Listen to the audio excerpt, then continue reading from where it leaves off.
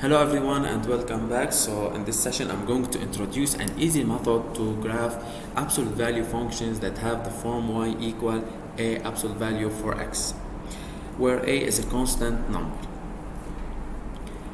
But before I start graphing, let me introduce some basic properties about this form. So the first property is that all functions or all absolute value functions that have the form y equal a absolute value for x have a vertex 0, 0 as the origin. So the origin is a vertex. So this is the first property, and also this property will help us to graph this function. Second property or second fact is that these graphs are even, or this function is an even function. So y equal a absolute value for x is an even function, which means that the y-axis is an axis of symmetry.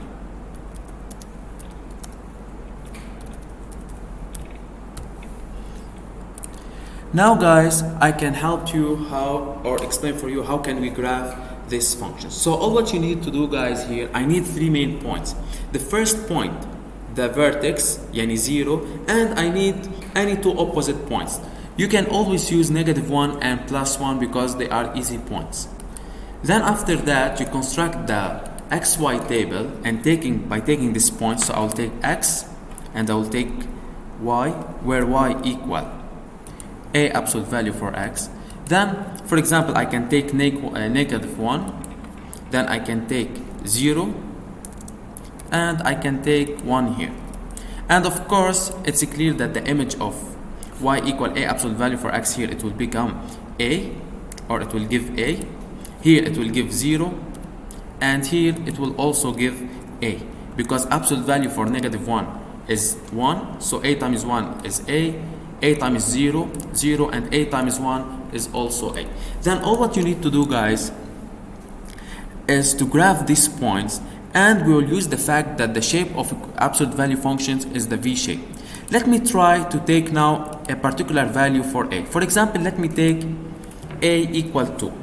And let's say, for example, we need to graph the function y equal to absolute value for x. In this case, the image of -1 will be 2, and the image of 1 will be also 2. Now, second step, all what you need to do is to graph these 3 points. So I'm going to graph -1, 2, 0, 0, 1, and 2.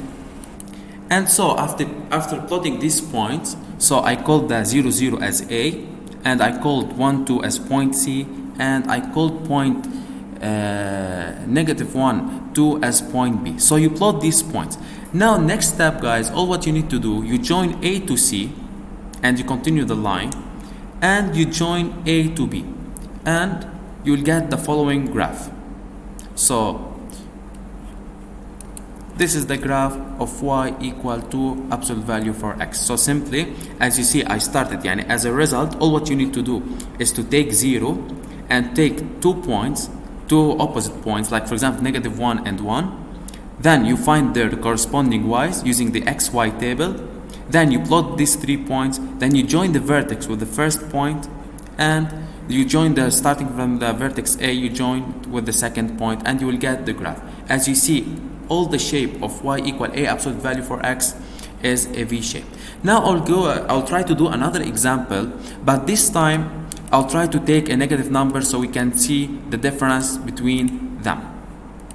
So this time let me try to graph y equal, for example, -2 absolute value for x.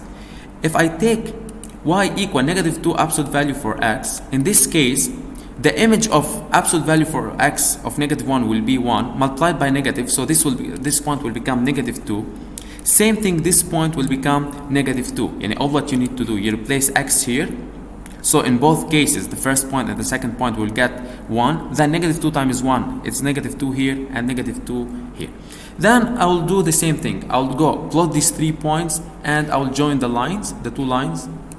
And so we'll get these points, the point A with coordinates 0, 0, the point C with coordinates 1, -2, and the point B with coordinates -1 and -2. Now all what you need to do is join the points So first you join A with point C, and same thing then you join point A with point B, and this will be the final result. So now if you compare this graph with the previous graph, the only difference is that when A is negative we will get the opposite V shape, while if A is positive we will always get the V shape.